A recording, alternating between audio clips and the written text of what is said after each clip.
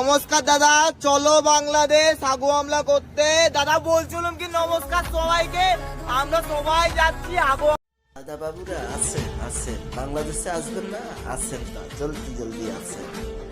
আপনাদেরকে তো ইন্ডিয়া তৃতীয় শ্রেণীর কর্মচারী হিসেবে ব্যবহার করে।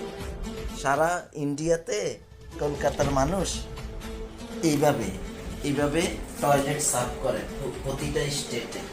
আপনাদেরকে প্রতিটা স্টেটে একজন ঝাড়ুদার হিসেবে ইন্ডিয়া ব্যবহার করে। দাদাবাবু আসেন জলদি।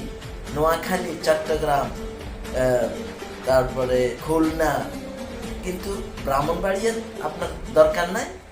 ব্রাহ্মণবাড়িয়া আসেন, জলদি আসেন। নোয়াখালী আসেন, আমাদের লক্ষ্মীপুরে আসেন। আপনাকে ভালো করে খাতিরদারি করব। আপনাকে আমরা এই ইন্ডিয়া যেরকম তৃতীয় শ্রেণী দ্বিতীয় শ্রেণীর কর্মকর্তা হিসেবে কর্মচারী হিসেবে আমাদের রোহিঙ্গার মতো ভাবে আমরাও আপনাদেরকে বর্ডার খুলে দিচ্ছি। আসেন, আমাদের এই টয়লেটগুলো সাফাই করার জন্য লোক দরকার। এগুলো সাফাই করার জন্য লোক দরকার। একটু তাড়াতাড়ি আসেন। হ্যাঁ, আমরা অপেক্ষায় আছি আপনাদের জন্য। আসেন, আমাদের দেশে টয়লেট সাফাই করতে হবে। আসেন জলদি। নমস্কার দাদা, চলো বাংলাদেশ আগু হামলা করতে।